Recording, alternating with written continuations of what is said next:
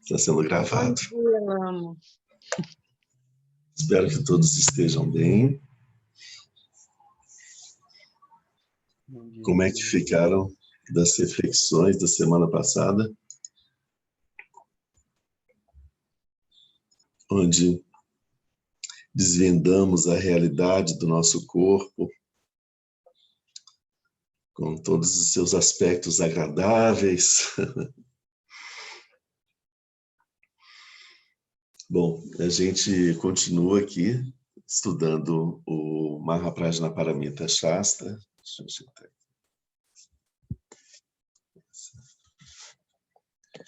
Que é o comentário do Nagarjuna para o grande sutra, para o Mahaprajnaparamita Sutra, que é a versão do Prajnaparamita de 100 mil versos.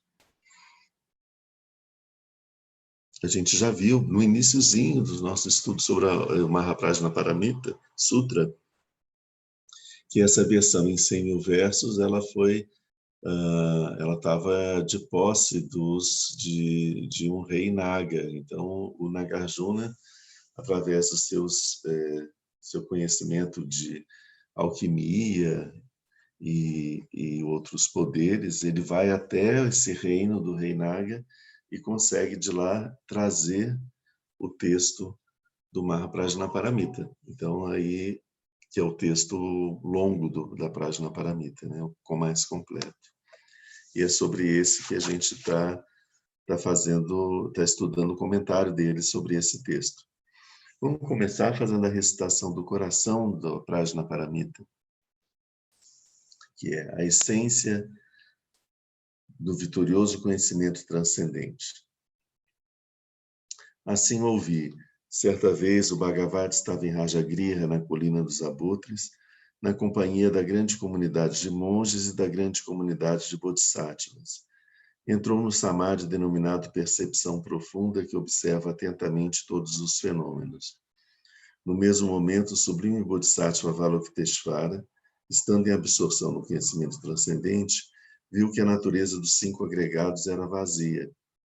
Depois, pelo poder do Buda, o venerável Shariputra perguntou ao bodhisattva Avalokiteshvara: como devem treinar-se os homens e as mulheres afortunados que desejem realizar o profundo conhecimento transcendente? Assim ele falou. Então o Bodhisattva Mahasattva Avalokiteshvara respondeu ao venerável Shariputra: Shariputra, aquele ou aquela que deseja entregar-se à prática do profundo conhecimento transcendente devem ver assim. Ele deve ver que a natureza dos 5 agregados é vazia e totalmente pura. A forma é o vazio é a forma. A forma não é nada além que o vazio não é nada além que a forma. Da mesma maneira, as sensações, as percepções, as formações mentais e as consciências são vazias. Assim, Shariputra, todos os fenômenos são vacuidade. Eles não têm nem características, nem origem, nem fim. Eles não são nem impuros, nem livres de toda impureza. Nem aumentam, nem diminuem. Eis então porque no seio da vacuidade não há forma, sensação, percepção, formação mental, nem consciência. Não há nem olho, nem ouvido, nem nariz, nem língua, nem corpo, nem mente. Não há nem forma, nem som, nem odor, nem sabor, nem contato, nem fenômeno mental. Não há qualidades inerentes à visão, à audição, ao olfato, ao paladar, ao tato e à consciência mental. Não há nem ignorância, nem envelhecimento, nem morte, nem a sua respectiva cessação. Da mesma maneira, não há nem sofrimento, nem origem do sofrimento, nem extinção do sofrimento e nem caminho. Não há nem sabedoria, nem realização, nem não realização. Assim, Shariputra, uma vez que para os bodhisattvas não tem nenhum dano, eles apoiam-se sobre o conhecimento transcendente e ali permanecem.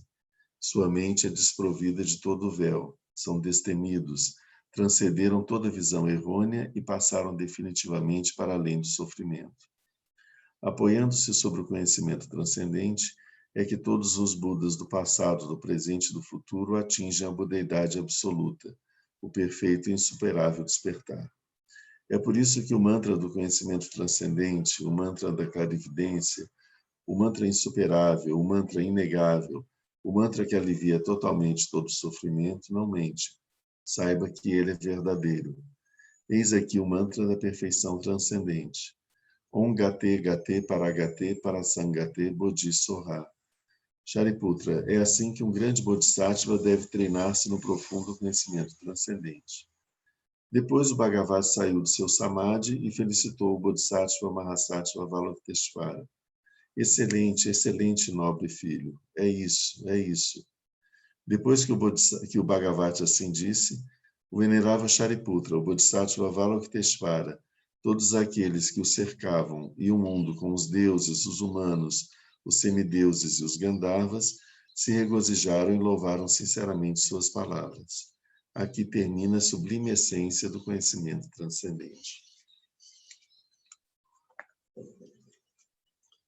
Então, a gente já viu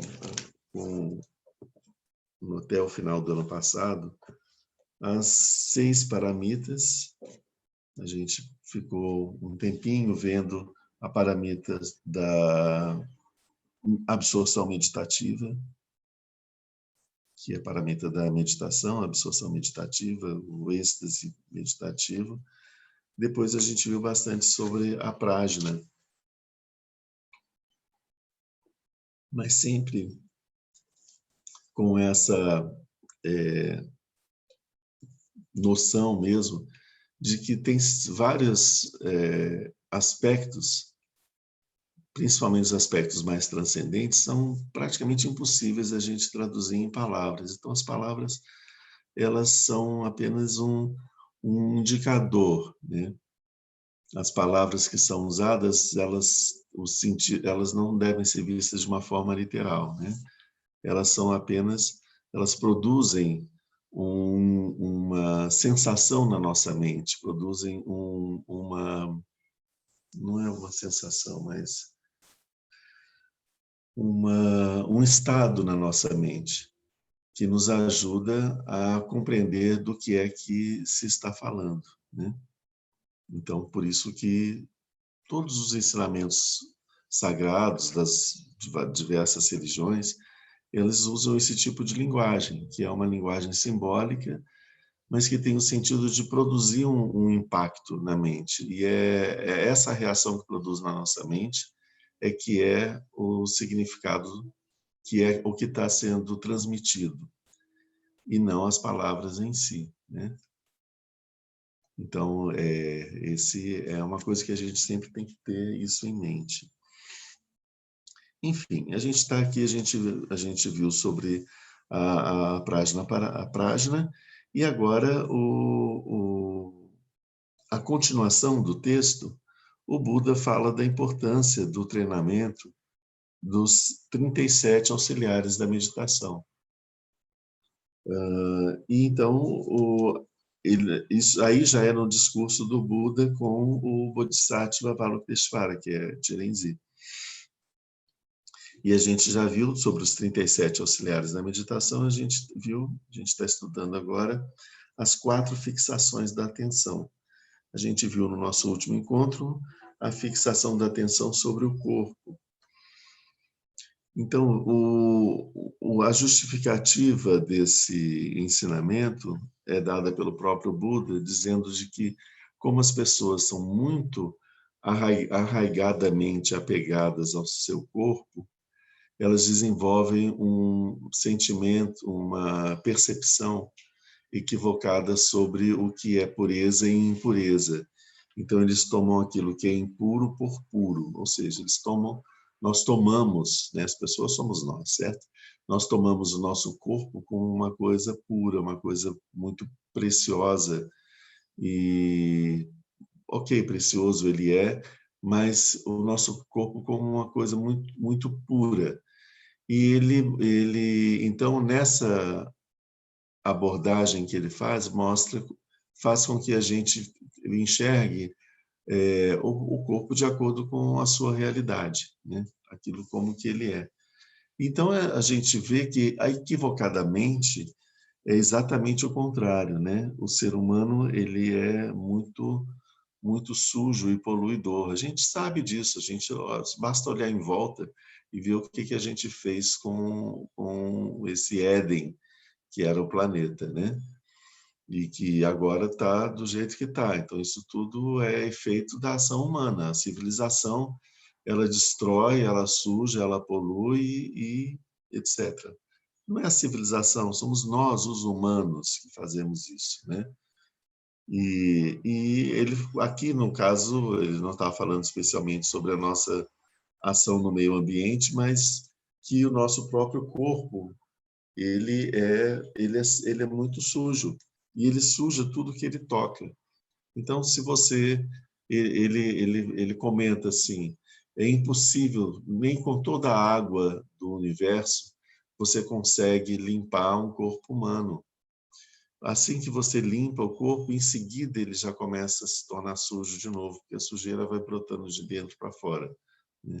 Vai saindo pelo suor, pelas secreções da gordura da pele, e, e por todos os orifícios sai sujeira, né? Pelos olhos, pelo nariz, pela boca, ouvidos, né? Pelo ânus, pela uretra, por todos os orifícios, pelos poros, a gente está sempre saindo aquela preciosidade que a gente tem dentro do nosso corpo, que é toda essa sujeira, essa porcaria, né? Então, nós somos um saco de excrementos ambulante, né? E nós cuidamos, limpamos esse corpo, adornamos ele com flores, perfumamos, talvez até para disfarçar um pouco, para tirar essa o, o aversivo que seria estar em contato, a percepção do nosso corpo como ele é. Por que olhar o corpo dessa forma tão aversiva? Porque nós temos um apego extremamente arraigado ao nosso corpo. E esse apego ao nosso corpo impede a gente de seguir no caminho, porque a nossa mente fica distorcida, agarrada no corpo, ela não consegue largar o fardo que é estar agarrado no corpo. Imagina que estar agarrado, para a mente, estar agarrado ao nosso corpo é como se ela carregasse um saco de toneladas nas costas. Se você se livra, não é se livrar do corpo, é se livrar do apego ao corpo. Se você deixa de lado, abandona o apego ao corpo, a sua mente fica completamente livre. Então, esse apego ao corpo é um grande empecilho para a gente no caminho, porque a mente que carrega esse fardo, ela está contraída, ela está distorcida, ela está tensionada e ela não consegue se expressar com toda a sua plenitude e com as sutilezas. Então, vai ser como uma água turbulenta passando por um caminho estreito e rodopiando. Ela não tem como refletir o céu, né? Refletir o que vem em cima, a luz. É isso. Então, é preciso que a gente desligue a nossa mente do nosso corpo, desse apego a esse corpo. Outro motivo, no momento da morte, uma mente extremamente apegada ao corpo vai sofrer profundamente pela perda do corpo, né? Então, a gente vai experimentar a morte com um sofrimento muito atroz, né? E ao longo da vida, todas as dificuldades que o nosso corpo enfrentar, seja de doenças, de acidentes, de machucados ou o que quer que seja, vão ser experimentados também por nós com bastante sofrimento. Então, assim, isso é só um dos motivos, né? Porque é importante da gente,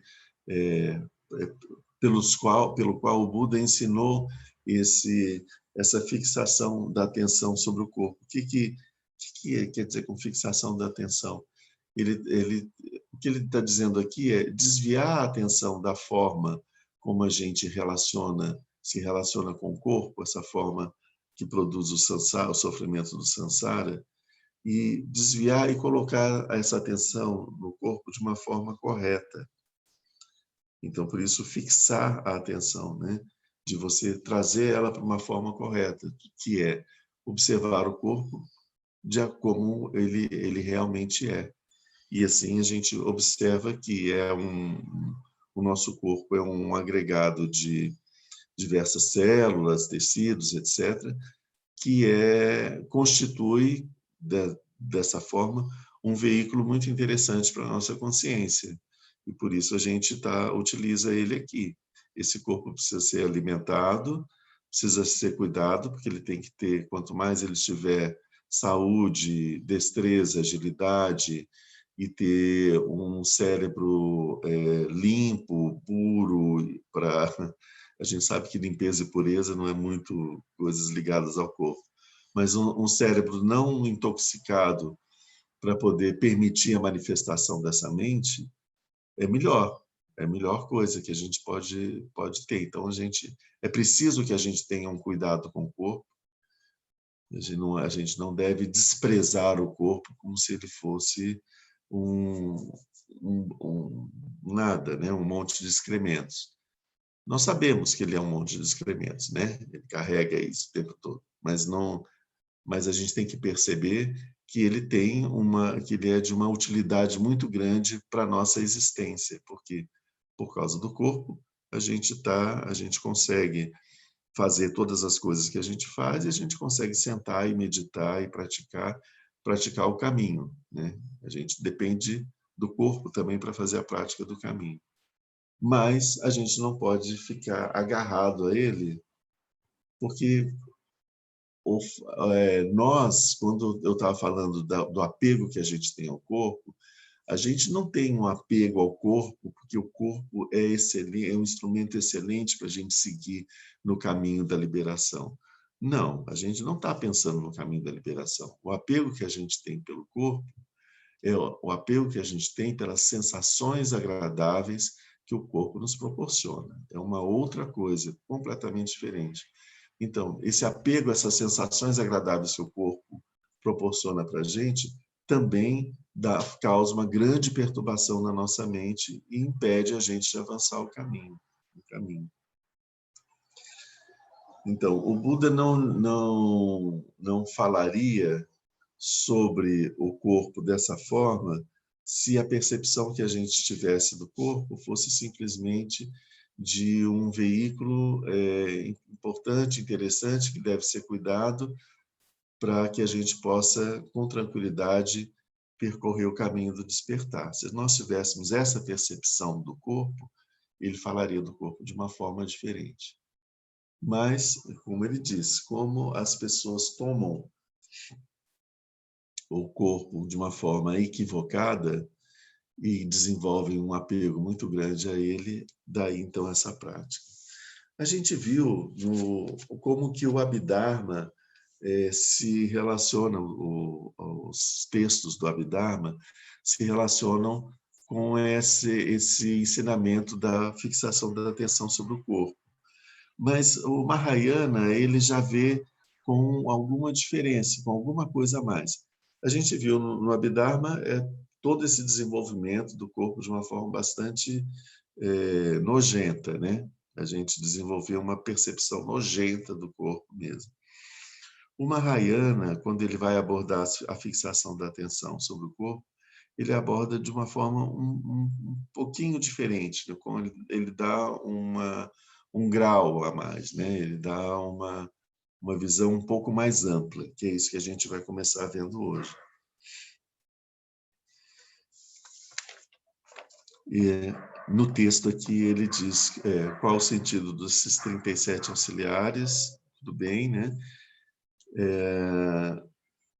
Especialmente as 4 fixações da atenção. Então, ele pega a fixação da atenção sobre o corpo. Então, ele diz, a resposta do Nagarjuna, o yogi, o praticante, né? Aqui no caso já é o Bodhisattva. O Bodhisattva contempla o seu corpo interno como impermanente, doloroso, semelhante a uma doença, semelhante a uma úlcera, uma massa de carne em decomposição, repleto de impurezas, escorrendo pelas 9 portas. Uma verdadeira latrina ambulante. não foi muito diferente do que estava sendo visto pelo Abhidharma, né? Ele completou com a ideia da latrina ambulante, que eu achei bastante interessante, assim, a imagem. Da mesma forma, ele contempla com repugnância a nudez do corpo, pois não há um único lugar puro no corpo. Então, se você descobre o corpo para observar o corpo na sua nudez, você não encontra um único lugar que esteja limpo, que esteja puro, porque todo o nosso corpo produz sujeira. Essa estrutura de ossos, munida de carne e sangue, envolvida por tendões, esse saco de couro que tem por causas e condições os atos impuros da existência anterior, é provido na existência presente de banhos, de flores, de perfumes, de vestes, de alimento, de leitos, de assentos, de remédios, medicamentos, etc. Vamos ver o que ele diz aqui. Aqui tem um ponto bastante interessante. Ele fala que tem como causas e condições os atos impuros da existência anterior. A gente sabe que nossa existência, né, não só o nosso corpo, mas todo o nosso ego, todo o conjunto dessa nossa presença aqui, dessa nossa existência aqui, é a reunião de alguns agregados, como o Buda ensina, né? O agregado da forma, da sensação, percepção, formações mentais e consciências. E a gente viu também já algumas vezes sobre como que isso surge depois do estado de ignorância que vem em seguida à morte, como que surge nosso novo vir a ser, a nossa nova existência no mundo. Então, a gente viu que tudo isso é a consequência dos processos kármicos, das formações kármicas. Então, as nossas causas e condições kármicas que a gente traz das vidas anteriores é que vão preparar essa nova existência, o conjunto dela todo. Todos esses agregados das sensações, da forma e etc. Então, é isso que ele está dizendo aqui. Esse saco de couro tem como causas e condições de onde que ele surgiu, né? De onde vem o nosso corpo. As causas e condições vêm dos atos impuros da existência anterior. Os nossos atos da existência anterior, eles produzem, são atos meritórios, vão produzir experiências, sensações, experiências agradáveis. Se são atos nefastos, negativos, que produzem sofrimento, eles vão produzir uma existência também com experiências desagradáveis e de sofrimento. Atos impuros da existência anterior. Se esses nossos atos eles não fossem tão impuros, a gente não teria nascido com um corpo humano, a gente poderia ter nascido com o corpo de um Deus, né? E está tendo uma experiência num plano celeste. Alguns deuses são mais próximos dos seres humanos, têm um corpo, uma estrutura de organização corporal, etc., mais próxima do ser humano, mas ainda assim são mais sutis, né? Mas tem alguns níveis de deuses, de planos de deuses, onde eles já não têm mais nenhum desejo, onde eles já não têm mais nem forma. Existe, por exemplo, 4 níveis de deuses que são deuses sem forma. Então, você tem a experiência, eles nem experiência corporal possuem mais. A sua mente não tem nem mais um corpo ao qual se ancorar, mesmo que seja um corpo divino. Então, se nossos atos nas nossas existências anteriores tivessem sido mais meritórios do que atos impuros, a gente teria renascido com um corpo um pouco mais limpo, né, do que o corpo que a gente tem aqui agora. Mas tudo bem, é o corpo que a gente tem, fazer o quê? É com isso que a gente tem que lidar, né? Então ele está dizendo, esse corpo que foi fruto de atos impuros da existência anterior, só para quebrar um pouco aquela sensação de que a minha família é isso, eu tenho antepassados que não sei o quê, porque o sangue é azul, porque são nobres, porque 20 antepassados atrás teve uma pessoa muito importante, ou uma pessoa muito boa. Teve aquela pessoa, né? Mas o que isso tem a ver com a gente? Não tem nada a ver com a gente, nós somos outra pessoa, né? Mas a gente carrega esse orgulho de uma linhagem, né? Ou de uma estrutura corporal, e aqui ele está quebrando esse orgulho, dizendo que esse corpo ele é produzido não por ato, pelas experiências agradáveis que nós tivemos, mas mais pelas ações negativas que nós cometemos. Ok, mas então é o corpo que a gente tem nessa existência presente. O que a gente faz? A gente cuida desse corpo com banhos, adorna com flores, coloca perfumes, roupas interessantes, bonitas, vistosas, alimentos super agradáveis, alimentos puros. A gente não vai se alimentar com coisas impuras, né? Um leito agradável, assento, etc. Né? É como uma carroça de 2 rodas, que é puxada pela força do boi e que pode se pôr em marcha. Aqui ele coloca como que deve ser o foco da gente em relação ao nosso corpo. É como se o nosso corpo fosse uma carroça. Carroça que eu estou dizendo não no sentido pejorativo. Se eu falar carro, vai aparecer um carro, um veículo, né, um automóvel. Não é isso, é um carro como era um carro de boi, que é a imagem que ele coloca aqui. Um carro de boi puxado por bois. Um carro de boi de 2 rodas. As causas e condições das 2 existências, tanto a existência atual como a próxima existência, fabricam o carro do corpo. Aliás, a existência passada e a existência atual fabricam o carro do corpo. E então esse carro do corpo é fabricado pelas causas e condições que vêm das nossas existências anteriores e também de algumas coisas da nossa existência atual.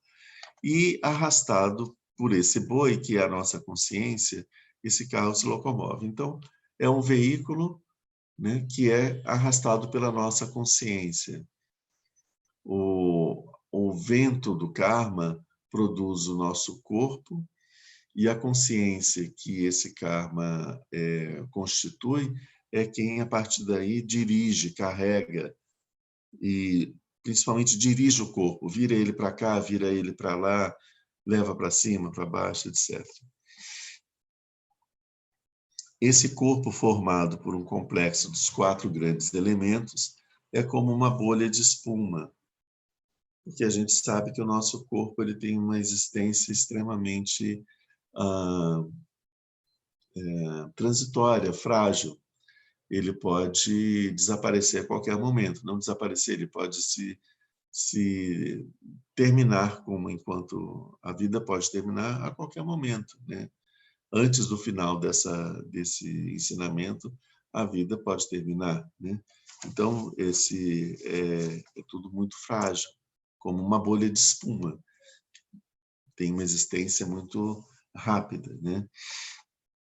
Então, esse corpo, ele é como uma bolha de espuma, ele é frágil nesse sentido, ele é falso e sem consistência.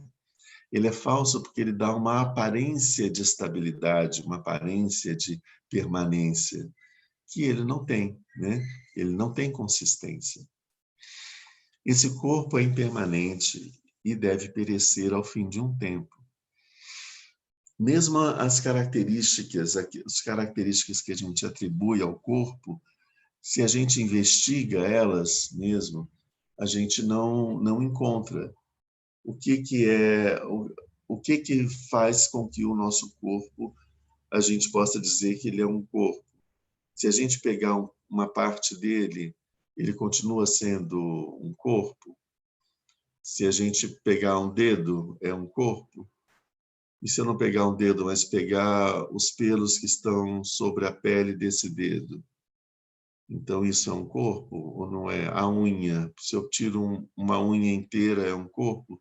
Ou se eu tiro só um pedacinho da unha, quando eu corto, quando ela cresce demais, eu corto um pedacinho da unha, isso é o meu corpo? Não é? Então, a partir do que é um corpo? Precisa ser uma mão inteira para eu poder achar que é um corpo, né? Então, é difícil a gente, ou tem que ser o corpo todo completo. E quando o corpo não está todo completo, ele deixa de ser um corpo, né?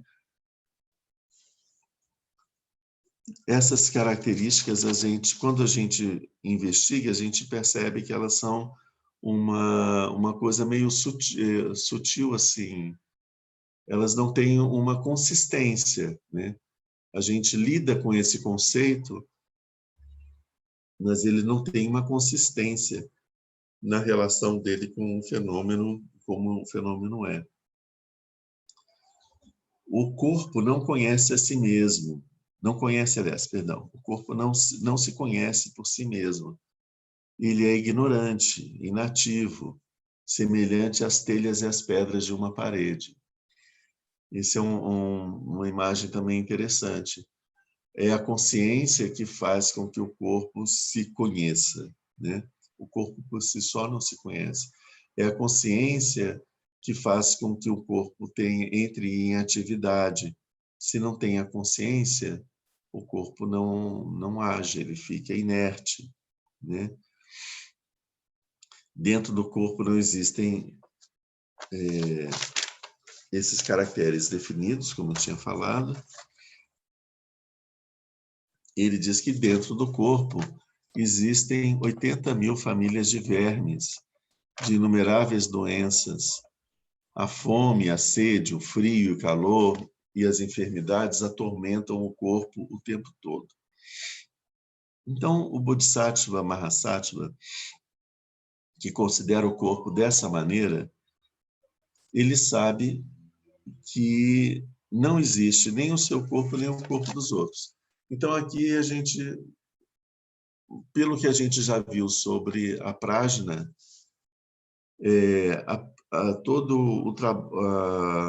a construção do ensinamento da Prajna Paramita, ele volta e meia, ele volta para esse ponto. A gente percebe que nem o nosso corpo, nem o corpo dos outros existe de verdade, porque eles não têm uma natureza, uma existência intrínseca, própria, não existem por si mesmos. Eles são um produto de causas e condições. Enquanto essas causas e condições mantiverem os diversos elementos distintos, agregados juntos, a gente tem uma miragem que a gente chama de corpo. Mas quando esses elementos se desagregam por causa da mudança das causas e condições, essa miragem se desfaz. Então, e o corpo deixa de existir, certo? Então, o Bodhisattva Mahasattva, ele sabe que o corpo ele tem uma existência transitória que depende da permanência dos efeitos dessas causas e condições. Mas que assim que essas causas e condições se modificarem de alguma forma, a consequência é que a produção delas, o resultado delas também vai se desfazer. Vamos supor, nós temos a causa do nosso corpo e temos algumas condições que mantêm o nosso corpo existindo aqui. Se uma dessas condições não acontece, desaparece, por exemplo, a gente precisa de água, né? A gente tem que ter um aporte de água. Se a gente passa para estar num lugar onde não existe água de jeito nenhum, o nosso corpo não vai conseguir durar por muito tempo. Vai chegar um momento em que ele vai desaparecer, né? Vai se desfazer. Por quê? Porque ele necessita de água para ele poder continuar existindo. Então, a água é a causa do nosso corpo? Não. Mas a água é uma condição para que ele exista, né? Ao mesmo tempo, se não tiver ar, ou então se a gente tiver a presença de algum elemento bastante poluente, né? Se eu estou aqui com o meu corpo e, de repente, surge uma outra condição em que, junto de mim, ou então que entra dentro do meu corpo, uma quantidade de arsênico ou de cianureto. Então, essa é uma condição que impede a existência do corpo. Se a gente está presente aqui com as nossas causas e condições e aparece uma condição aversiva para o corpo, essa condição destrói o corpo desaparece também. Então, tanto as condições necessárias para a nossa existência são necessárias que sejam reunidas para que a gente continue existindo, como também as coisas que contrárias à nossa existência, elas precisam estar distantes de nós para que a nossa existência continue, né? Então, o Bodhisattva, ele sabe disso, que a nossa existência ela acontece enquanto estiverem presentes as causas e as condições necessárias. E como existem poucas causas que garantem a existência da vida, e existem uma quantidade imensa de causas que destroem a vida, a gente sabe que é só uma questão de tempo. Em algum momento, a nossa vida vai se desfazer, né? Bom, então o Bodhisattva, sabendo disso, que o nosso corpo só existe por conta dessas causas e condições, que ele não existe por si só, nem o meu corpo, nem o corpo dos outros, ele sabe que o corpo ele é vazio de características e ele surgiu de causas e condições irreais. Então, quando a gente vai investigar as causas e condições que dão existência para o nosso corpo, essa ilusão de existência, a gente observa que também essas causas e condições, elas são agregados, elas são dependentes de outras causas e condições. Então, também as causas e condições que sustentam o corpo, elas também não têm uma existência intrínseca em si mesmo. Elas dependem de causas e de condições. E essas causas e condições das causas e condições do nosso corpo também dependem de causas e condições, que todos os fenômenos compostos são assim. Eles precisam de causas e condições. A água, por exemplo, ela é um dharma composto, né? Ela não existe por si só, né? Ela existe enquanto ela é uma... Se a gente for ver em termos de química, ela é a reunião de dois elementos simples diferentes, hidrogênio e oxigênio, que precisam de estar reunidos em condições muito específicas, uma proporção específica, precisa de ter 2 hidrogênios para 1 oxigênio e certas condições de temperatura e pressão que vão fazer com que esses átomos se juntem e formem uma molécula, a molécula da água. Então, a gente tem a água, certo? Se não tiverem essas causas e essas outras condições presentes, a água não vai existir. Você pode ter hidrogênio e oxigênio, mas você não consegue fazer água, porque você pode ter 3 vezes mais oxigênio do que hidrogênio, e isso não dá para fazer água desse jeito. Enfim, então a gente vai recuando, e a gente vê que sempre existe uma cadeia de causas e condições que não têm existência própria, que produzem um fenômeno que também não tem existência própria. Por isso, a gente olha para o nosso corpo e percebe a vacuidade do nosso corpo, a vacuidade dessas causas e condições para trás que acabam chegando a produzir o nosso corpo.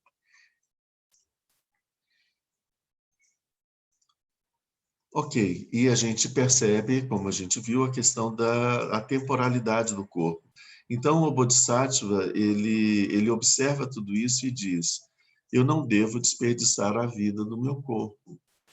Então, estamos chegando aqui à conclusão de todo esse ensinamento. Eu percebo o corpo como ele é, percebo a fragilidade dele, percebo as condições ameaçadoras que tem, quando ele fala lá das 80 mil famílias de vermes, inumeráveis doenças, fome, sede, frio e calor, são as condições que colocam em risco a existência do nosso corpo, certo?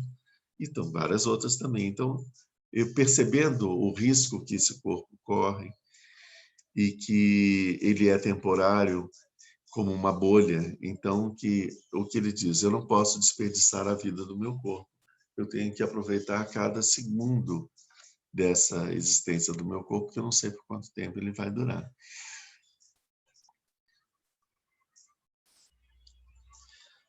Por quê? Porque as coisas que vão dar as características necessárias para que exista um corpo, elas não se unem por si só. Elas também não se separam.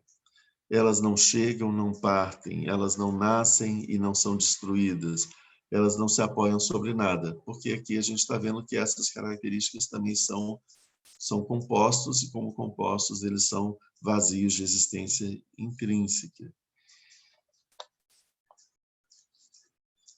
Segundo o exame do meu corpo, examinando o corpo, o Bodhisattva se diz, esse corpo ele não tem um eu e nem um meu, ele é vazio. Sendo vazio, ele não possui as características nenhumas. As características são atributos que a gente dá ao corpo. Características de macho e fêmea, por exemplo, são atributos que são dados, que a mente atribui ao corpo, mas não são características intrínsecas que têm uma existência intrínseca em si. Então, como o nosso corpo não tem características próprias, as características são todas emprestadas pela nossa mente, ele não deve ser tomado em consideração. Pensando assim, o Bodhisattva entra pela porta do conhecimento chamada não tomada em consideração. Esse é um ponto interessante, aqui é a forma como ele coloca. Quando você se desapega, então, completamente do corpo, você enxerga ele como um objeto útil, mas não como uma coisa, como é que eu vou dizer assim, não como da forma arraigada como a gente vê, desesperada, que como a gente se enxerga ele. Então, o que o Bodhisattva faz? Ele não leva o corpo em consideração, né? Ele se relaciona com o corpo de uma forma, se relaciona com o corpo de acordo com aquilo que o corpo é, e ponto, né? Esse tomar em consideração é você poder, você atribuir ao corpo muito mais expectativas do que ele pode te retornar. É uma apreciação do corpo exagerada com projeções mentais que a gente faz de apego e de falsas necessidades e coisas assim. Então, a não tomada em consideração em relação ao corpo é importante para que a gente avance aqui no caminho. Ele sabe que o corpo não deve ser considerado no sentido de que ele nasce apenas de um complexo de causas e condições geradoras de fenômenos. Então, ele em algum momento ele vai desaparecer e pronto, e não vai sobrar, em algum momento não vai sobrar nem lembrança desse corpo, né? E nós vamos estar talvez no terceiro ou quarto corpo depois, né? Essas causas e condições que fazem o corpo provêm elas dos erros e dos equívocos. Os erros das nossas ações, as ações nefastas, as ações que a gente o karma decorrente das nossas ações, e os equívocos que vêm da percepção equivocada que a gente tem das coisas. A nossa mente tem uma percepção distorcida e equivocada das coisas. Isso faz com que a gente produza ações em função dessa visão equivocada, e todas essas ações e essas visões falsas que a gente tem produzem essa experiência corporal que a gente tem. Refletindo assim, o Bodhisattva sabe que esse corpo, desde o começo, ele é privado do caráter de nascimento. Ele é privado de caracteres e ele é inapreensível.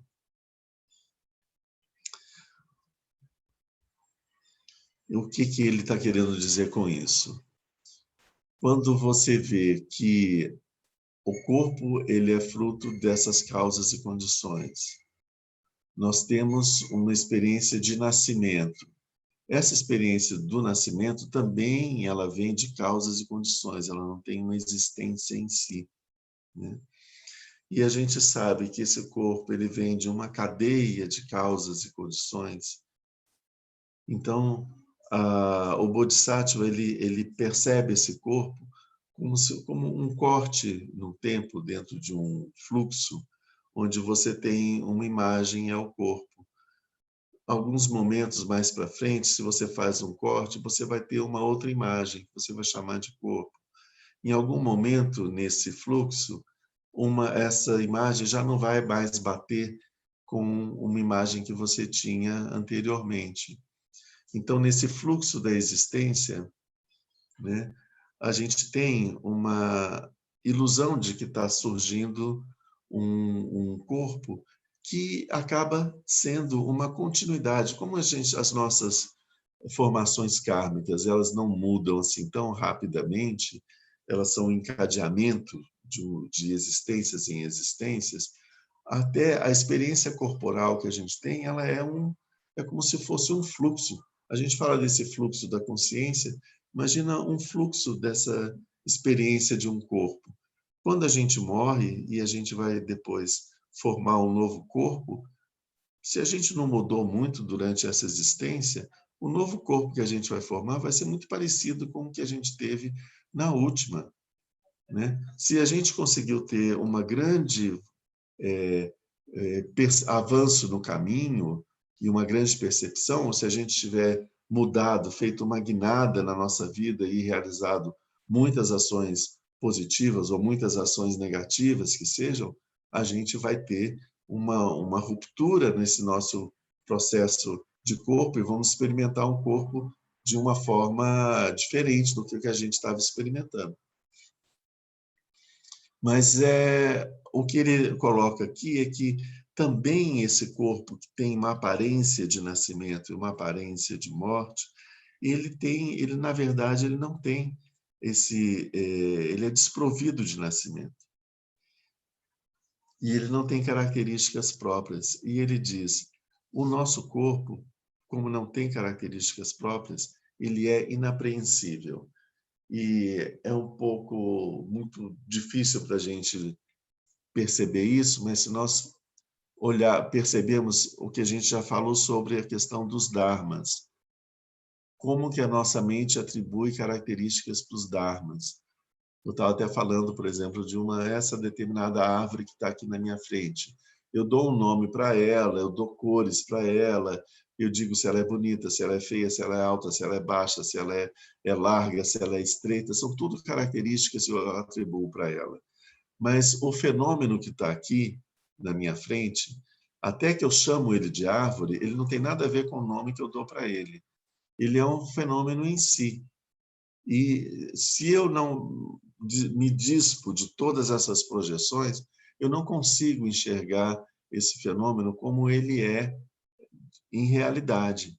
E o que a gente vê que todos esses atributos que a gente dá, que a nossa mente dá, estão presentes na nossa mente, não estão presentes no fenômeno. Eles são projetados no fenômeno. Então, o fenômeno ele é o que ele é e ponto, né? Ele não tem características. Como ele não tem características, ele não é inapreensível. A nossa mente não tem nada que ela consiga agarrar naquele fenômeno. É isso que o Bodhisattva experimenta em relação ao próprio corpo. Ele, despindo o corpo de todas as características atribuídas a ele, e até as características que a gente viu antes de impureza, de sujeira, de isso, de aquilo, né? Aquilo outro, o saco de couro cheio de excrementos, né? Isso são projeções da nossa mente, que podem ser úteis para a gente poder se desviar do caminho errado que a gente estava. Mas a gente não deve ver isso como uma coisa concreta. Isso também são projeções da nossa mente. O Bodhisattva, então, ele quando olha para o próprio corpo, ele não percebe nenhuma característica. A mente dele não atribui característica nenhuma para esse corpo. Então ele percebe que o corpo é inapreensível. Se ele é inapreensível, ele é vazio, ele é a vacuidade. Então, focando sua atenção da sua mente sobre o corpo e explorando todo aquilo que, descascando a cebola do nosso corpo, o Bodhisattva chega à vacuidade do nosso corpo. E com isso ele alcança a prajna, que é a percepção dessa vacuidade dos fenômenos. Ele tem nesse momento essa experiência desse encontro com o fenômeno corpo como ele é. Vocês veem assim, a gente partiu de uma posição de uma mente distorcida, agarrada a um corpo, a gente desenvolve um contraponto para poder fazer com que a mente se liberte do apego ao corpo. Quando ela se liberta do apego ao corpo, ela consegue começar a investigar a verdadeira natureza do corpo. E aí ela percebe que o corpo é vazio, não tem nascimento, não tem morte, não tem existência e é inapreensível. E ele diz, só os profanos estúpidos falam de um corpo.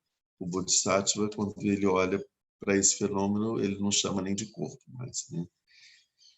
Ele consegue enxergar o verdadeiro caráter do corpo.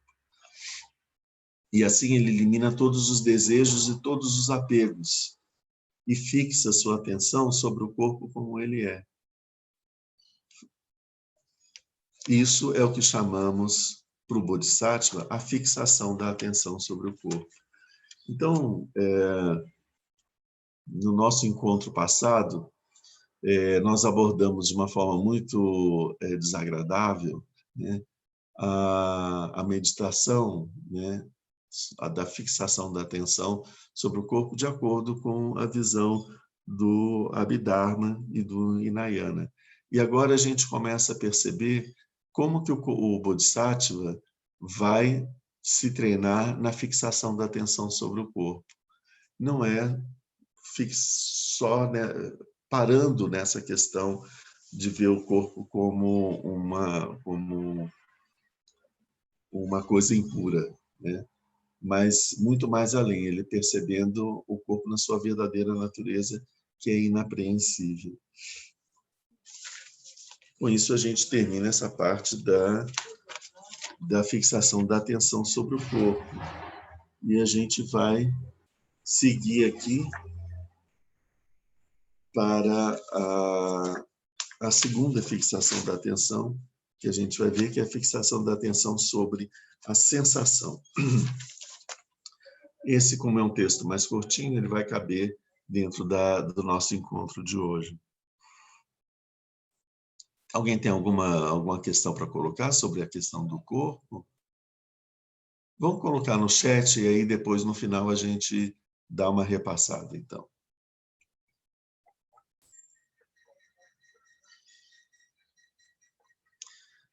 A fixação da atenção sobre a sensação. Então, o yogi, ele vai fazer a fixação da atenção sobre a atenção. A partir da consideração sobre o corpo, né? Que é o Kaya, Srimiti, Upasthana. Kaya, corpo, Srimiti, atenção, Upasthana, fixação. A partir da fixação da atenção sobre o corpo, o yogi observa suas reflexões e se pergunta por quais razões os seres se apegam a esse corpo. Então, aqui a gente está voltando para a sequência que a gente começou no Abhidharma, né? A sequência do Abhidharma agora, ele vai abordar sensações a partir daquela percepção bastante negativa que ele tinha sobre o corpo. Então, ele fala, mas então por que os seres se apegam a esse corpo, se esse corpo é tão nojento assim? Aí ele se responde, é por causa da sensação agradável que o corpo proporciona. Como assim? Do encontro entre os 6 órgãos internos e os 6 objetos externos nascem os 6 tipos de consciências. Vamos dar uma repassada nisso. Os 6 órgãos internos são os nossos órgãos dos sentidos. Os nossos órgãos dos sentidos, eles vão perceber 6 fenômenos que constituem o mundo exterior, né? Esses fenômenos são os 5 elementos e mais um. Esses 5 elementos. Então, vamos repassar. O nosso órgão do sentido do olfato, que está dentro, lá no fundo do nariz, ele percebe os cheiros, que são a forma como nós percebemos o elemento terra. O elemento terra é percebido pelo corpo através do olfato. E ele produz uma consciência, a consciência olfativa, que é quando a gente toma consciência do cheiro que a gente experimentou. A nossa língua, com as papilas gustativas e tudo, é o nosso órgão dos sentidos que experimenta o sentido do paladar. E assim ele percebe o elemento água que existe no mundo. Então, o elemento água é percebido pelo paladar da nossa, que é a experiência do paladar. E isso traz para a gente uma consciência, um gosto, né, que a gente tem. Os nossos olhos, eles são órgãos dos sentidos que percebe a luz que vem do elemento fogo. A forma como a gente percebe o elemento fogo é através da luz que chega nos nossos olhos e traz para a gente uma consciência visual. O tato, né, espalhado por toda a pele, percebe o movimento que existe no ar. Então, o elemento ar é percebido pelo nosso corpo através do tato e da sensação tátil. O nosso ouvido percebe os sons, que é a forma como a gente percebe o elemento espaço. Então, esses cinco elementos se relacionam com esses 5 sentidos. Esses 5 sentidos eles são desenvolvidos para poder perceber a existência desses 5 elementos. E cada um desses sentidos produz uma consciência, né? Existe um outro 6º sentido. Então, o órgão do sentido chamado cérebro percebe os movimentos da nossa mente, os fenômenos da nossa mente. Então, a nossa mente é o 6º elemento que aparece e ele é percebido pelo órgão dos sentidos, que é cérebro. O cérebro percebe a movimentação que existe na nossa mente e percebe as 5 outras consciências também. Então, a reunião dessas 6 consciências vão dar para a gente a percepção que a gente tem do mundo externo e do nosso mundo interno, que é produzido pela consciência da nossa mente. Todas as sensações que que são produzidas nessa percepção, elas vão produzir uma percepção pelos órgãos dos sentidos. Essa percepção ela vai ser classificada para a gente, pela nossa consciência, em 3 sensações diferentes. A sensação pode ser desagradável, que em sânscrito é dukkha vedana, ou seja, sensação de dor, sofrimento, desagradável, né? Uma sensação pode ser agradável, ou seja, sukha vedana. Sukha significa prazer, agradável e felicidade. Então, isso é a sensação agradável. Ou então, uma sensação que é nem agradável, nem desagradável. A dukkha, sukha, vedana. Então, essas são as três sensações possíveis.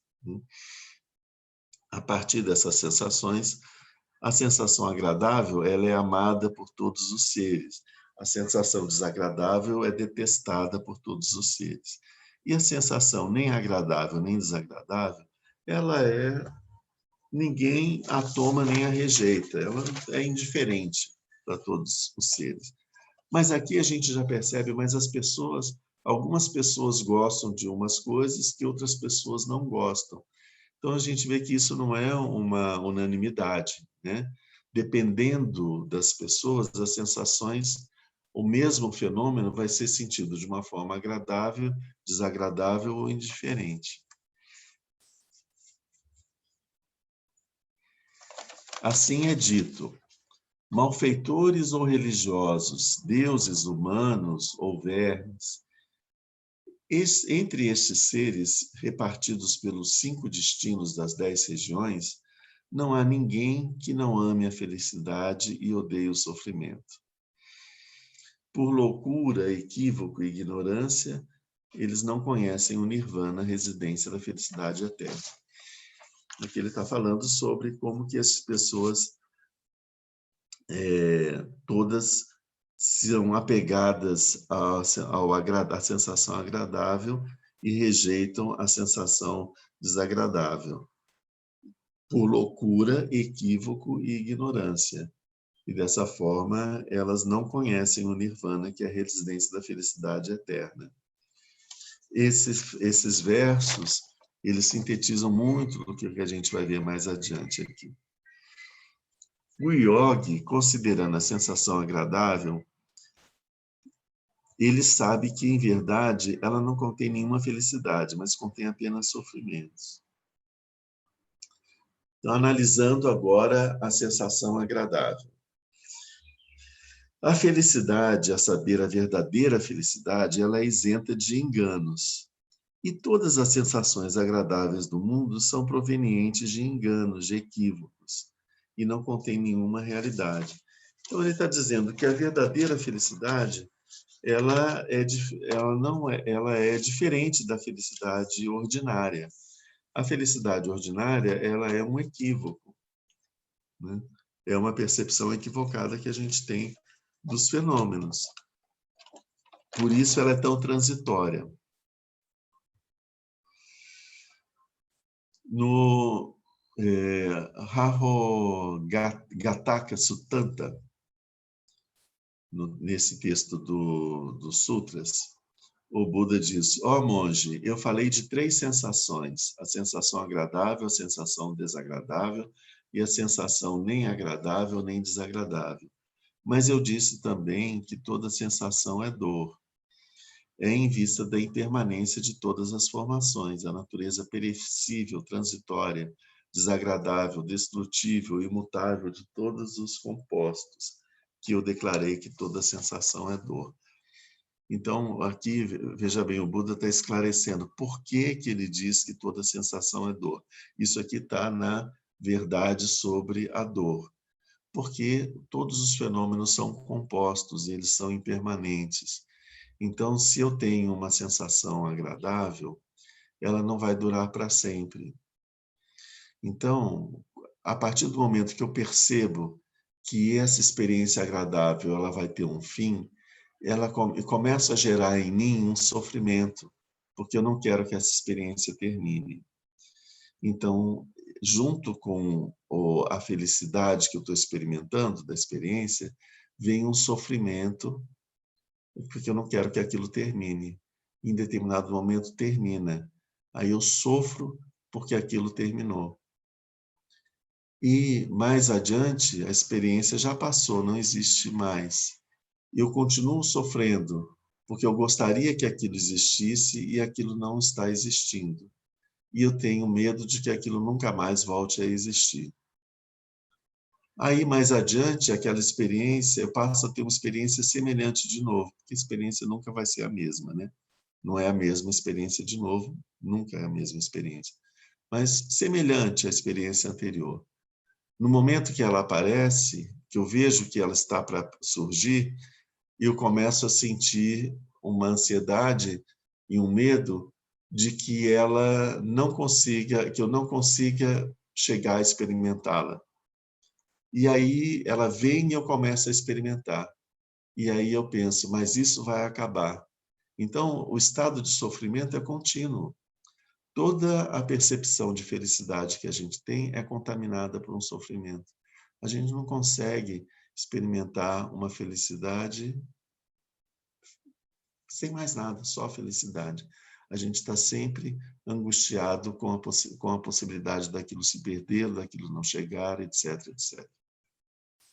Por isso, ele diz que a felicidade mundana é dor, porque como ela provém do apego, ela é cercada de todos esses fenômenos que são imbuídos de sofrimento. Vamos avançar mais aqui para a gente continuar vendo isso, né? Também, buscando avidamente a felicidade na sensação agradável, podemos encontrar grandes sofrimentos. Então, assim é dito que aqueles que vão ao mar encontram maus ventos, ondas que se elevam altas como uma montanha. Aqueles que entram no exército para combater atravessam caminhos muito perigosos, desfiladeiros perigosos. Então, são múltiplas as grandes dores, ou seja, aqui ele está dizendo que na busca da experiência da felicidade, nós vamos encontrar muitos outros obstáculos, né? Ou muitos outros fenômenos que vão estar também presentes, e alguns que a gente não gostaria que estivessem presentes, que vão estar contaminando a experiência de felicidade que a gente está buscando. Por isso, sabemos que a sensação agradável pode produzir todos os tipos de sofrimento. Também, ainda que o Buda tenha falado entre os 3 tipos de sensações de uma sensação agradável, mesmo essa,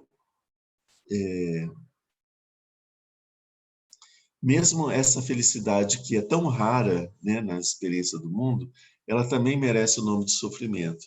Ela se assemelha a uma medida de mel, a 1 litro de mel, que é jogado num grande rio. Ela perde logo o seu cheiro e o seu sabor. Então, se você pega uma vasilha de mel e joga no rio, ele vai se dissolvendo ali no rio, e daí a pouco já não existe mais nem o cheiro, nem o sabor do mel. E é assim também quando existe uma experiência de verdadeira felicidade, ela é tão rara que quando ela é experimentada nesse mar de sofrimento onde a gente está, ela logo se desfaz dessa forma. Então a pergunta, a felicidade, da forma como ela é concebida pelo mundo, causada, produzida pelo engano, pelo equívoco, como causa e condição, ela é dor, ok. Mas e as absorções meditativas praticadas pelos yogis, os samadhis e os êxtases? Eles também produzem uma felicidade, e que se diz que é a verdadeira felicidade. Então, e por quê, então? Por que essa felicidade ela também é dor? É isso que ele diz, né? E então ele responde, não, né? Assim, o Buda não disse isso. Ele fala, essa felicidade que vem da experiência do Samadhi, ela não é sofrimento. Quando o Buda disse tudo que é impermanente é sofrimento, ele está falando apenas sobre os dharmas impuros.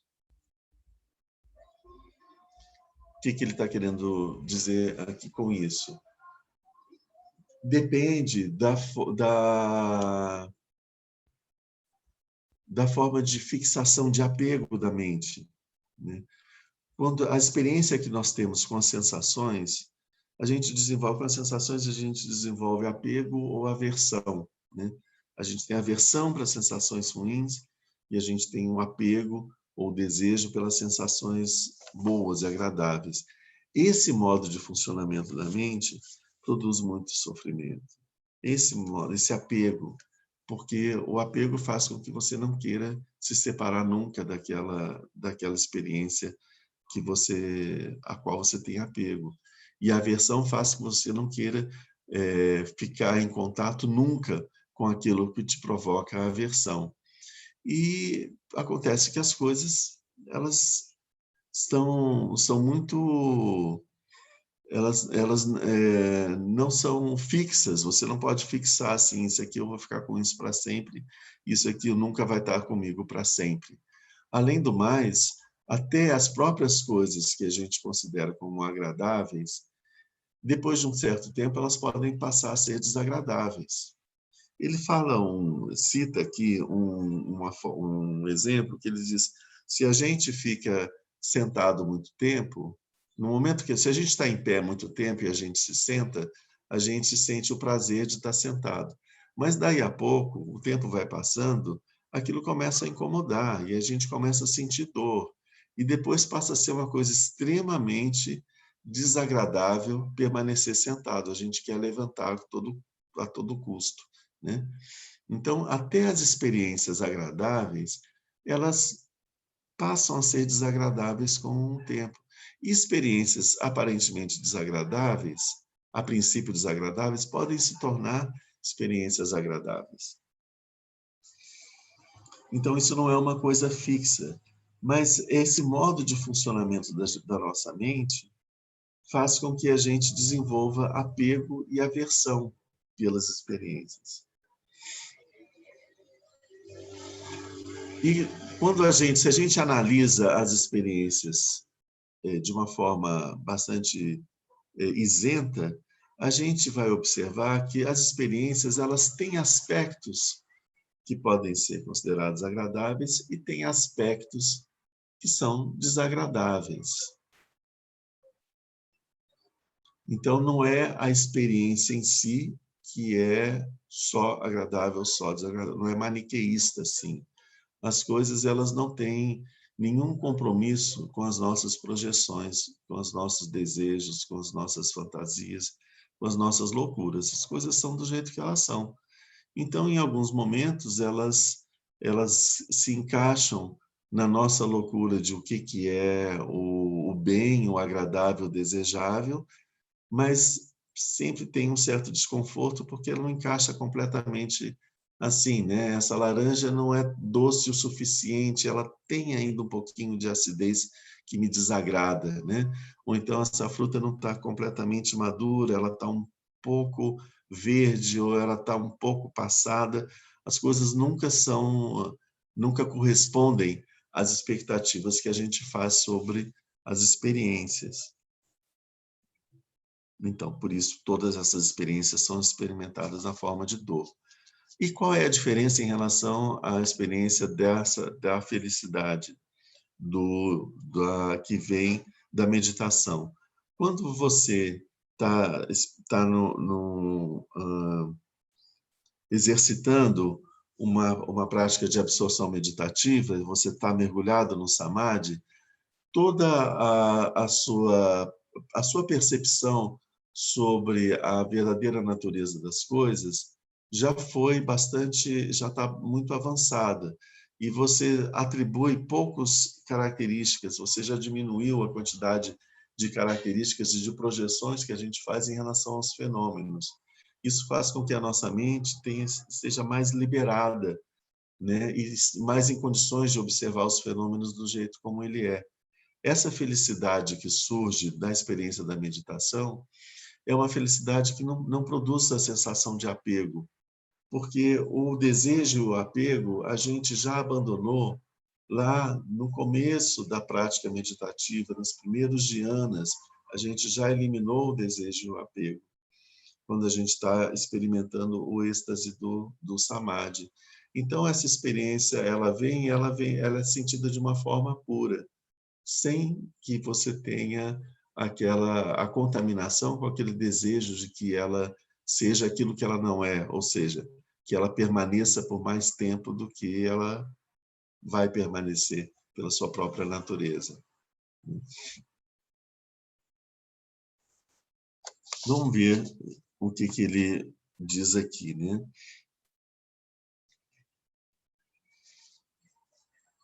O que ele fala sobre as propensões. Ele diz, né, se a felicidade pura fosse sofrimento, ele não teria falado da felicidade pura no momento que ele estava falando sobre o caminho e o nirvana, que é o momento que ele fala sobre a quarta nobre verdade. Então, aqui, o discípulo pergunta, então existem dois tipos de felicidade, a felicidade impura e a felicidade pura. Ok, a felicidade impura é baixa, ela é vulgar, perversa, má, e a felicidade pura é excelente.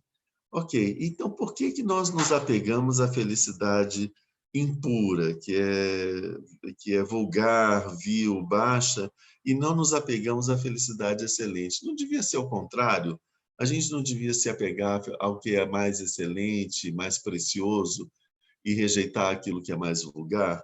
Por exemplo, a gente não deveria, assim como a gente se relaciona com os objetos, uns objetos de ouro, prata e pedras preciosas são mais dignos de apreciação e de apego do que objetos feitos de argila, de carvão, etc. Então, por que é que a gente se apega àquilo que é mais desagradável e a gente não se apega àquilo que é o bom, né? Então, o Nagarjuna responde, é porque a mente que se apega é essa mente perturbada. Então, ela se apega àquela experiência de felicidade perturbada, que é a experiência que ela tem. Quando você está experimentando a felicidade pura, a sua mente está no estado em que já não tem mais apego. Então, a gente só não se apega à felicidade pura do nirvana e do samadhi, porque a gente já abandonou o apego. Se a gente não tivesse abandonado o apego, a gente ia se apegar muito a essa experiência, né? Então, por isso, abandonar o apego está no começo desse caminho, dessa sequência dos processos da meditação. Bom, aqui felicidade, falando sobre impermanência.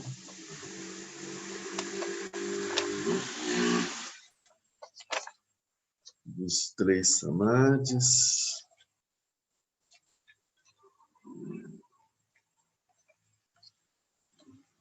Então, isso é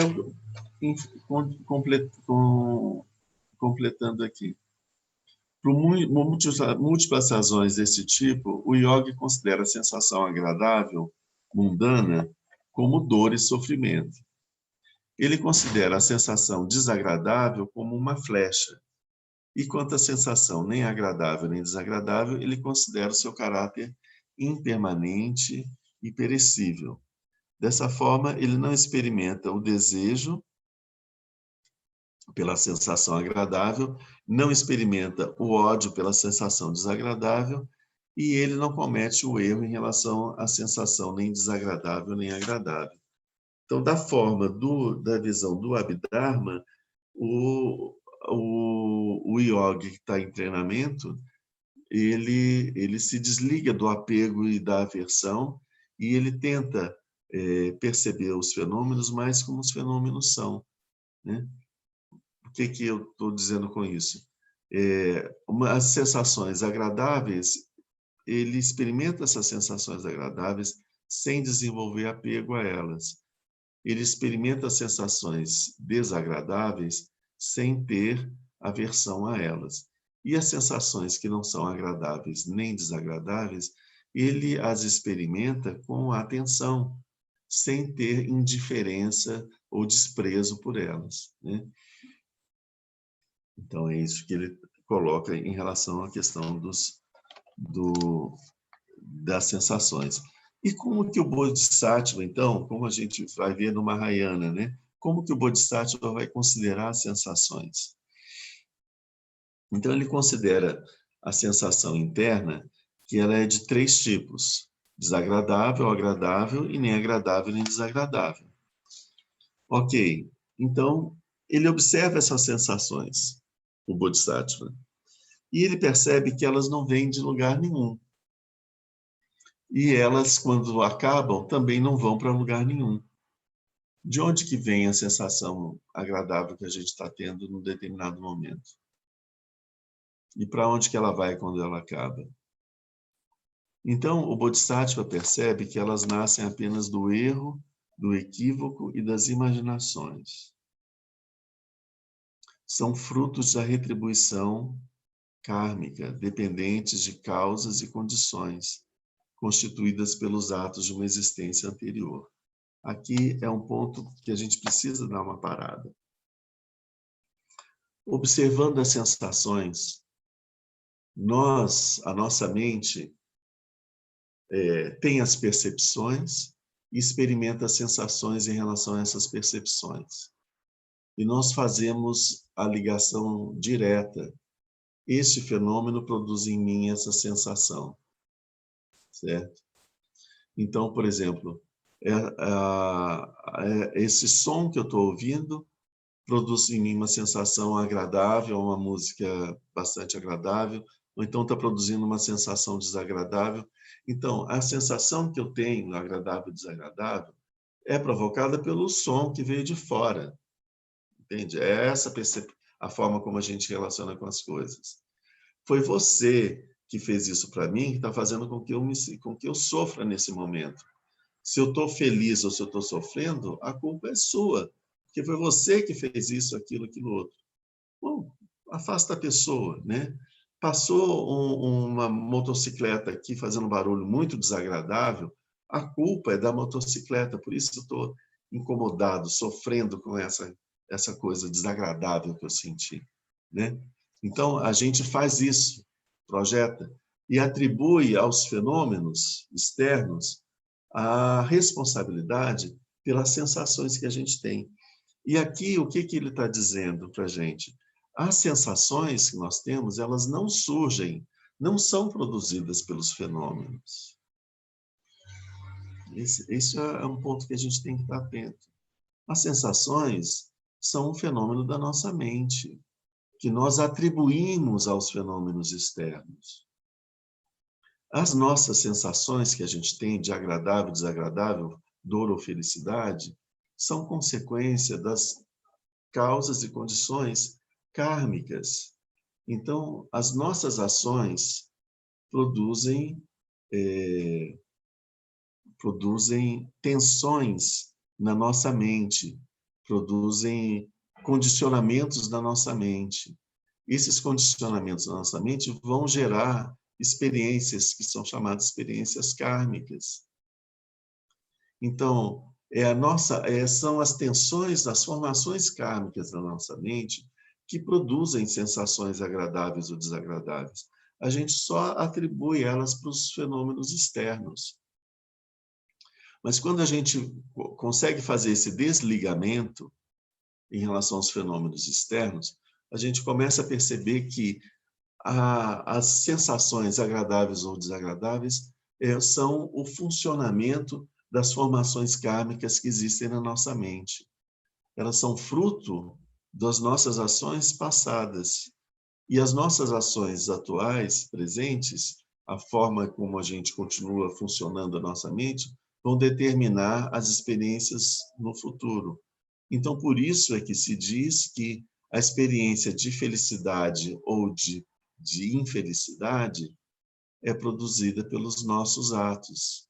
E não, então, porque quando nós agimos, ações mentais, vocais ou físicas, experimentamos emoções, fazemos a nossa mente funcionar de modos específicos, seguindo alguns padrões de funcionamento mental, nós produzimos tensões na nossa mente que vão reproduzir esse funcionamento.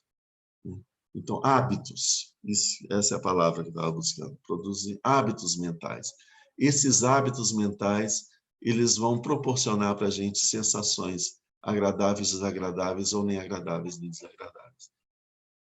Então, são esses hábitos que produzem essas sensações. E é por isso que ele diz, essas sensações, elas nascem apenas do erro, do equívoco. O erro aqui são as ações nefastas. O equívoco, as visões falsas, a forma como a gente interpreta a nós mesmos e o universo, etc. Né? As nossas visões errôneas e das imaginações. As sensações que a gente tem são produzidas pelas nossas imaginações também. Então, às vezes, um determinado fenômeno poderia estar produzindo uma sensação agradável, mas por causa das nossas imaginações, do processo que a gente estava passando, aquele fenômeno acontece, produz na gente sensações desagradáveis, né? E se a gente tem uma percepção equivocada de achar, por exemplo, essa pessoa, ela está querendo me fazer um mal, de alguma forma. Então, essa pessoa vai e me faz um bem, né? Me produziria uma sensação agradável. Como eu acho que ela está querendo me fazer um mal, aquele bem que ela me faz eu interpreto como um mal. Então, as nossas projeções, as nossas imaginações, elas entram entre a consciência,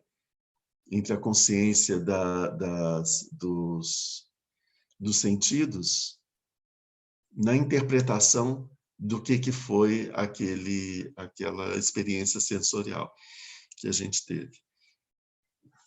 Tem uma historinha interessante, quando Devadatta, tentando matar o Buda de diversas formas, ele acabou morrendo e renascendo imediatamente nos infernos. E estava experimentando um dos infernos de bastante sofrimento. Então, o Maudgalayana, que era um discípulo muito poderoso, que tinha muitos poderes psíquicos, ele falou para o Buda, eu vou até o inferno conversar com o Devadatta para ensinar ele como ele sair daquela situação, né? O Buda disse, não vá, não vá. Ele falou, não, Buda, mas eu quero ir, eu sei que eu vou conseguir. O Buda falou assim, você só vai piorar mais as coisas.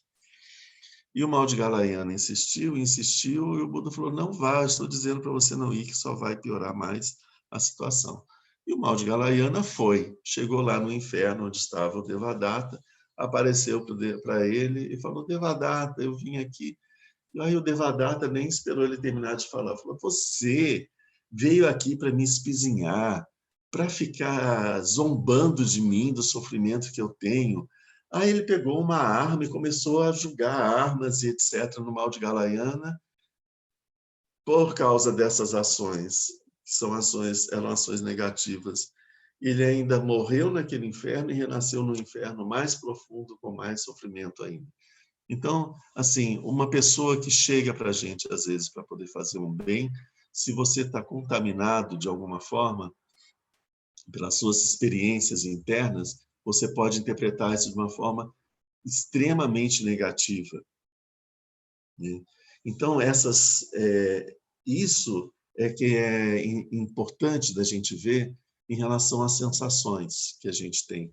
Essas sensações às quais a gente se apega ou às quais a gente rejeita de uma certa forma, a gente precisa entender como elas são uma produção da nossa mente. Dependendo do tom emocional que eu estou experimentando, que eu estou vivendo, tudo fica maravilhoso, né? O céu é azul com bolinhas cor-de-rosas, os pássaros cantam, a brisa é suave, tudo é lindo, tudo é prazeroso. Mas se de alguma forma estou experimentando uma sensação, um tom emocional de tristeza, de desagrado, eu vou sair lá fora, vou ver tudo nublado e de repente as coisas são desagradáveis, os barulhos são desagradáveis, né? Esse passarinho fica cantando aqui na minha janela, eu já não aguento mais esse passarinho cantando aqui, vontade de julgar ele, né? Para você, sabe assim, né? O fenômeno foi exatamente o mesmo. O que mudou? Por que ele foi experimentado de uma forma ou de outra? Por causa do nosso tom emocional. Então, a gente tem que entender que, de acordo com o estado da nossa mente, nós vamos experimentar sensações agradáveis ou desagradáveis em relação aos fenômenos. Projeções. Porque os fenômenos, eles estão ali, eles não têm nada a ver com as nossas projeções que a gente faz e com o estado da nossa mente. Certo? Mano, Oi? eu não sei se o senhor vai querer acabar para a prática do Kalu Rinpoche ou não, só para um lembrete aqui. Vai ter hoje, eu não vi se... Tem se todo domingo, né? Todo domingo domingo, tem. acho que o domingo passado ele não fez, fez. Não fez? Eu não sei. Domingo eu não acompanhei, mas eu achava que era todo domingo. Alguém sabe, pessoal? Fez, mas começou mais tarde. Fez, mas começou mais tarde um pouquinho.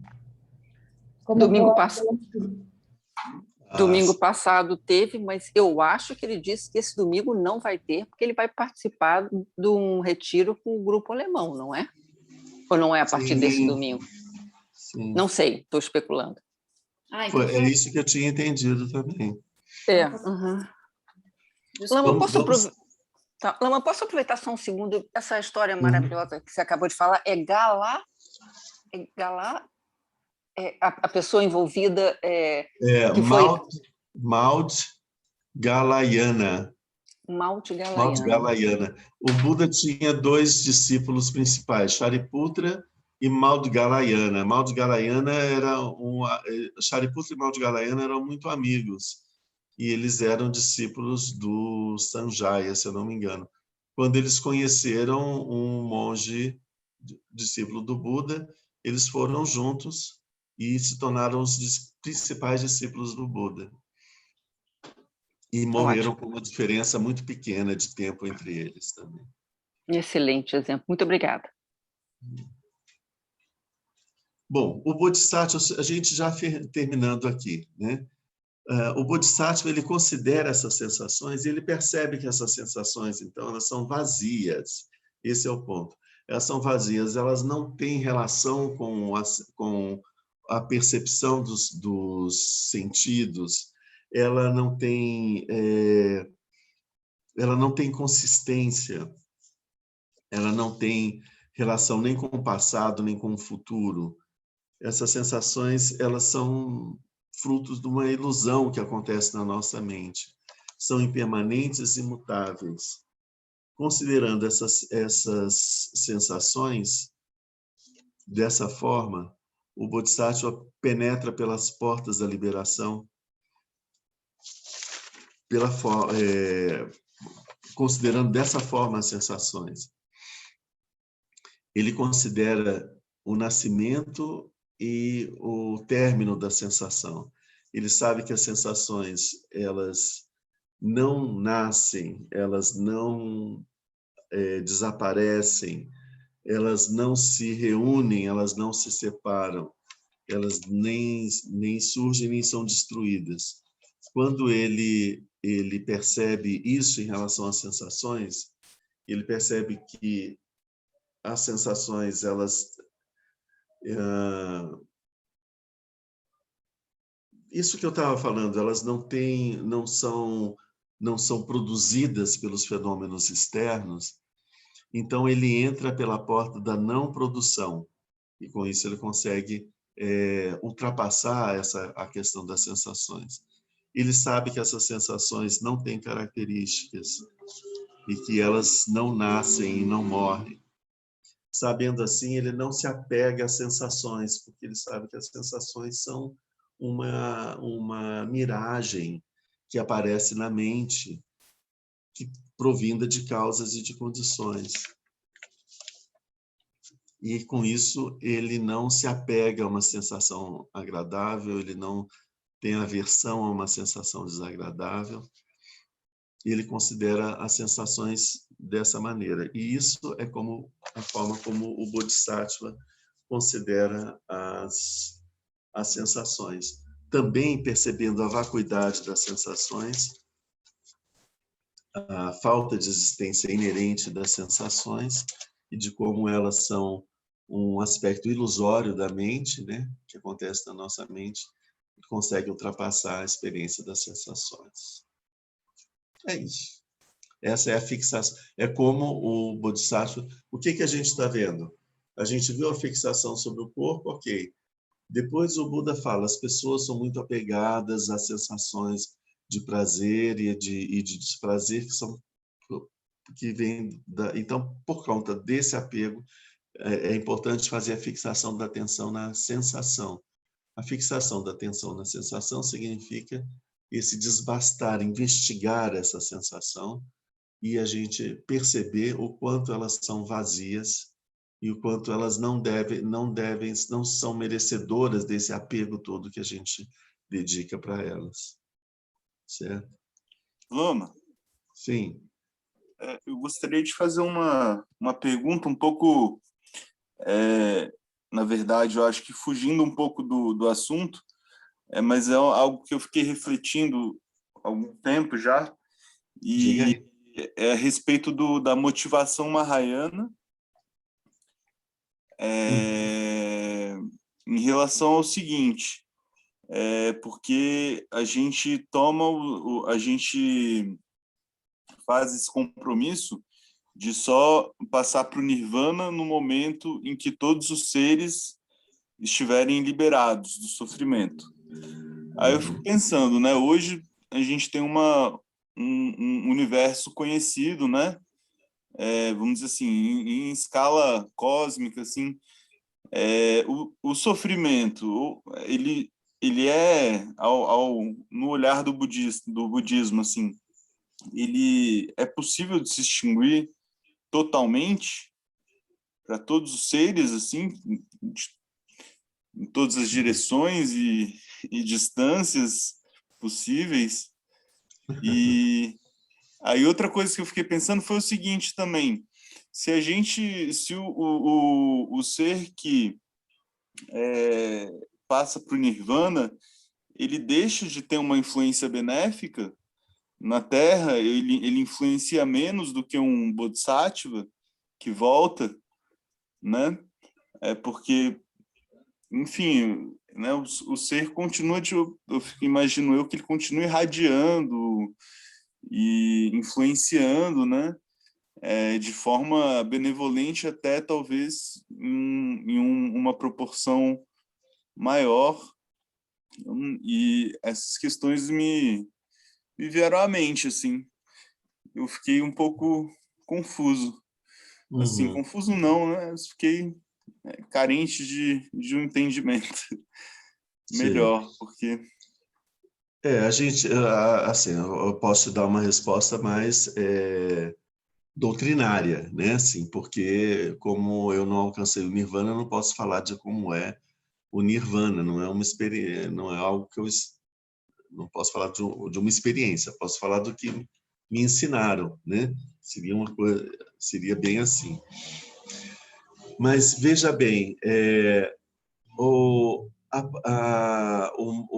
ensinamento do Buda que conduz ao nirvana é o ensinamento da liberação individual. Então, é um processo que você faz de uma sequência que você faz de investigação sobre a sua própria mente e que você vai se desfazendo de uma série de coisas, de obstáculos que existem na sua mente, de processos mentais, e você alcança um estado de meditação até que você chegue a um estado de completa felicidade. Nesse caminho, você não desenvolveu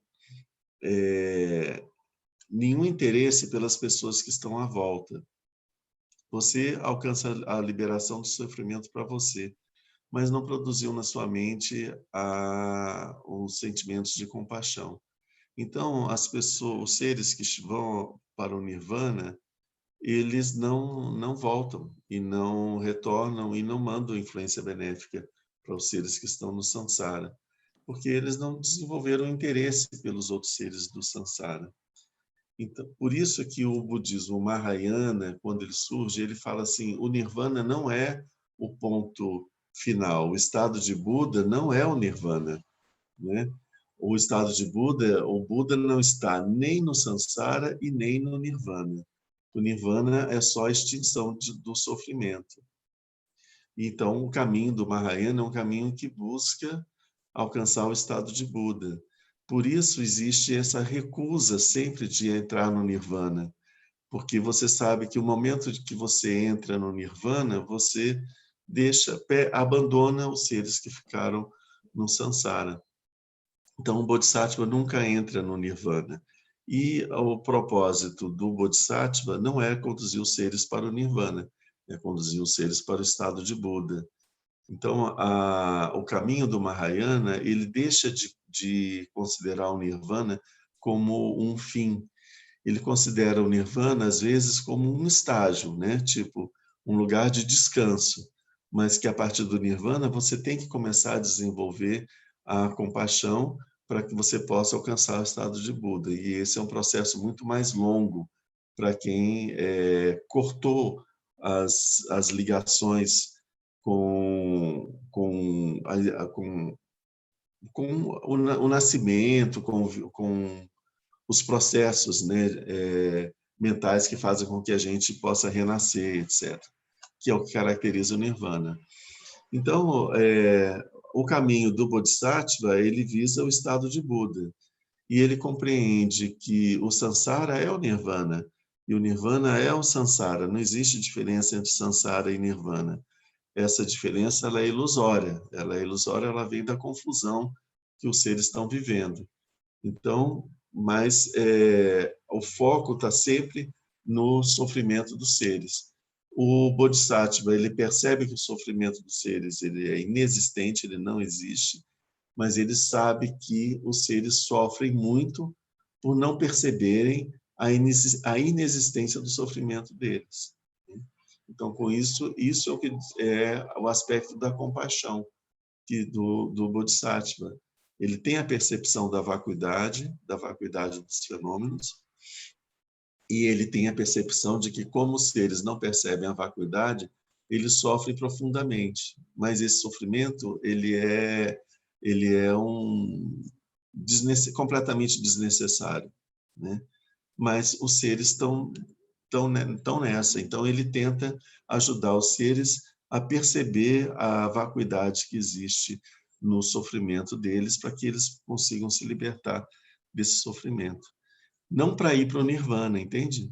Mas para o estado de Buda, que transcende os dois. Esse é mais ou menos a linha.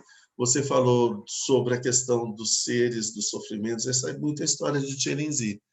Ele se fez um voto de que ele iria meditar para retirar todos os seres absolutamente do Sansara. E que se ele não conseguisse isso, que ele explodisse em 1000 pedaços. E depois de muitas eras e eras e eras, e kalpas e kalpas e kalpas, meditando e com a sua meditação salvando os seres do Sansara, ele pensou, bom, agora o Sansara já deve ter esvaziado. Deixa eu dar uma olhadinha para ver o que falta ainda, se é que falta alguma coisa, será que ainda sobrou alguém? Aí, quando ele olha para o Sansara, ele percebe que tem mais seres no Sansara do que tinha quando ele começou a meditar. E aí, nesse momento, ele falou assim, eu não vou conseguir, não vou dar conta. Não dá, é gente demais. E com isso ele explodiu em 1000 pedaços. Então o Buda Amitabha veio, juntou os 1000 pedaços do discípulo dele, que era o Chirenzi, e deu ao Chirenzi a forma do Chirenzi de 1000 braços, né? 1000 braços e 11 cabeças. Então ele multiplicou por 1000 a capacidade de atuação de Chirenzi, né? Ele fez o Tcherenzi de 1000 braços, né? E no coração de Tcherenzi ele produziu o Mahakala, que é um aspecto de Tcherenzi que afasta os obstáculos das pessoas, do caminho das pessoas. Então, você vê assim, essa é uma grande questão, né? Assim, a gente vai estar trabalhando para liberar os seres, e vão estar surgindo os seres, então a gente continua nisso até... Vai acabar os seres? Não sei se vai acabar, ninguém falou para a gente se vai acabar o sofrimento um dia. Acaba o sofrimento dos seres, mas se acabam os seres, a gente não sabe, né? Essa é uma percepção que a gente tem, porque a nossa mente é uma mente conceitual. Então, a gente imagina início, meio e fim, origem do universo, fim do universo, começo do sofrimento dos seres do samsara, fim do sofrimento dos seres do samsara. Então, a gente começa, tem 50 seres, depois aqui no meio tem 45, ali você tem 39, então você está diminuindo os seres, vai chegar um momento, vai sobrar 2, 1 e acabou, né? Mas isso é a nossa mente conceitual, que a realidade não é assim. Não existe passado, presente e futuro, né? Então, quando a gente transcende esses conceitos da mente, que a gente coloca a nossa mente no estado da mente pura de Buda, a gente percebe que não existe sofrimento dos seres, todos os seres são Budas, não existe o samsara, não tem ninguém sofrendo no samsara, e que é isso, todos os seres já se liberaram do sofrimento e pronto. Mas enquanto a nossa mente não está no estado de Buda, a gente olha para os seres com a nossa mente perturbada e a gente vê samsara, a gente vê sofrimento, a gente... Por aí. Entendi. Então, seria correto afirmar que a motivação mahayana é a que realmente conduz para um estado de Buda completamente consumado. Uhum. E outra dúvida que eu tenho também é os seres que atingiram essa consumação, eles mesmo assim voltam. Sim, sim, o Buda tá em toda parte, né? Uhum. Todos os seres que alcançam o estado de Buda, não existe obstáculos para a mente de Buda. Ele está em absolutamente todos os espaços, todo o universo. Até nos mais profundos infernos, a mente de Buda está lá, né? Então, todo o samsara está preenchido pela mente de Buda. Então, isso... E, de uma certa forma, ela é a natureza da nossa mente, ela nos influencia. Ótimo, gratidão. Beleza? Lívia, descobriu alguma coisa? Descobriu alguma coisa? Acho que não vai ter mesmo, não. É que a semana passada eu não acompanhei, né? Então acho que os meninos estão certos. Ah, tá. Então, vamos ver se tem mais alguma pergunta. Aqui no chat tem... Ah, colocaram aqui, mal de Galaiana, isso mesmo. Pedro, legal, Pedro, isso mesmo. Podemos, Lama, então... Sim? posso fazer uma pergunta, Lama? Claro. O senhor esteve explicando por que a gente se apega mais à felicidade inferior, à felicidade impura, né? Porque nós estamos... A nossa mente está muito perturbada. Pelo que eu entendi, é pelo fato da gente não experimentar, né, a felicidade mais pura, mais sublime, a gente não tem nem como se apegar, né, voltar a nossa mente para buscar essa felicidade mais pura, porque a nossa mente está perturbada demais, né, para experimentar essa felicidade mais pura. Foi isso mesmo que o senhor explicou? foi mais ou menos, foi isso que eu expliquei, né? Vamos ver isso de uma outra forma.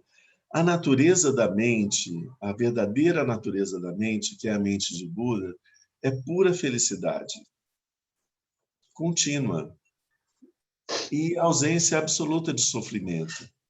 Isso é a natureza da mente. Como a gente não vive, não experimenta a natureza da mente, da nossa mente, porque a gente se identifica com o nosso ego e com todos os processos mentais, conceituais, etc. Como a gente não experimenta isso, a experiência de felicidade ela é vivenciada de uma forma tão distorcida que ela vem misturada com muito sofrimento. Entende?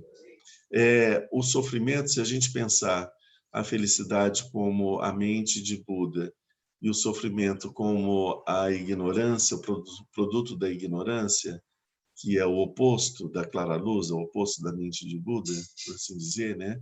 Então, a gente vê como a nossa mente ela está mergulhada em ignorância, a ignorância contamina todas as nossas experiências. Então, ela contamina com dor a experiência da felicidade.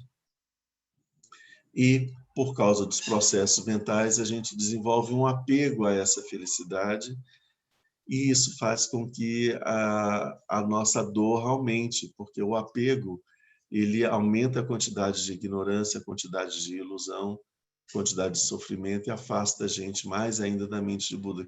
Quanto mais a gente busca essa felicidade, mais distante a gente fica dela, porque a forma como a gente busca é com a avidez, né? Com a avidez que a gente busca. Então, essa avidez afasta a gente da experiência da felicidade. Então, a gente busca a felicidade e sofre cada vez mais, né? Então, com a pacificação da mente, a purificação, o trabalho de calma mental, com o processo da meditação e tudo, a gente pacifica a mente, diminui a quantidade de todos esses perturbações, esses processos mentais. Então, a mente mais pacificada, ela reflete mais a experiência de felicidade. Então, nos estados mais profundos de meditação, essa experiência de felicidade ela vai se tornando cada vez mais ampla, entende? E se a gente desenvolver apego a essa felicidade, ela desaparece, porque a nossa mente se contrai e a gente volta para a quantidade de ignorância e de sofrimento. E a gente contamina de novo. Aí a gente sai do estado de meditação, e a gente saindo do estado da meditação, a gente não consegue mais experimentar essa felicidade. Mais ou menos assim. Sim, Lama. Eu acho que pela pouca experiência de meditação que eu tenho, eu acho que eu consigo compreender sua explicação, e acho que consigo perceber também que a avidez, a busca, né, o apego pelos prazeres dos sentidos, por essa felicidade mais pura, ela, para mim, ela acontece muito devido a um estado meio contínuo de aflição mental, de aversão, um estado da mente aversivo, estado do corpo, sensações muito aversivas. Então, parece que eu preciso tomar mais consciência dessas aversões e tentar trabalhar em cima mais sobre as aversões propriamente do que sobre os apegos. Parece que diminuindo o peso dessas aversões e, como o senhor explicou, pacificando a mente, meditando e tal, parece que o impulso de buscar os prazeres pode diminuir, diminuindo um pouco o peso das aversões, dos estados aversivos. Esses estados aversivos, eles são mais fáceis da gente lidar, sabe? Porque sem a gente ter eliminado essas aversões, focar muito na questão do prazer, a gente não vai avançar muito, não consegue avançar muito, porque a mente fica muito perturbada também. Depois de ter afastado, trabalhado muito sobre a aversão, aí fica mais fácil a gente trabalhar sobre o apego. Com certeza é assim. Grato, Lama, muito grato. Então, com isso termina o nosso ciclo. A gente conseguiu ir até a sensação. As outras 2 fixações da atenção que a gente tem é sobre os pensamentos, que tem relação com a impermanência, e sobre os fenômenos, a fixação da atenção nos fenômenos, que tem a ver com a impessoalidade dos fenômenos. Então, isso a gente vai ver no nosso próximo ciclo, que eu tenho a impressão deve ser em agosto, alguma coisa assim. Tá? Mas, assim, vai estar sempre, as pessoas vão estar sabendo pelo site do KPG. E aí a gente vai continuar com essas fixações da atenção e depois a gente vai partir para os outros 36, seguintes dos outros 37 auxiliares da iluminação. Assim a gente vai seguindo durante os nossos próximos 2 ciclos aqui desse ano. Ok? Então, agora vamos refletir um pouquinho sobre as coisas que a gente viu. Todo mundo se cuidem, por favor. A gente está num momento ainda muito complicado da pandemia, né? Então, estamos no momento de para iniciar uma terceira onda, né? Então, a gente deve manter os cuidados sempre, né? Ok? Então, vamos fazer a dedicatória para a gente terminar.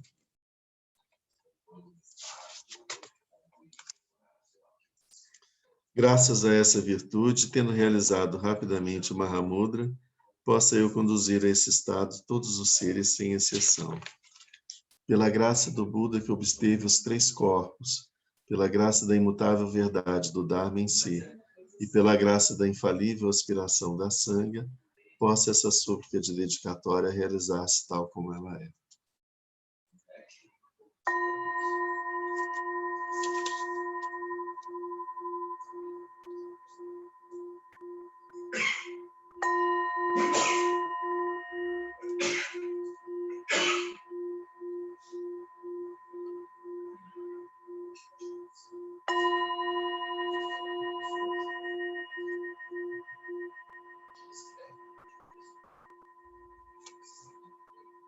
Boa semana para todos.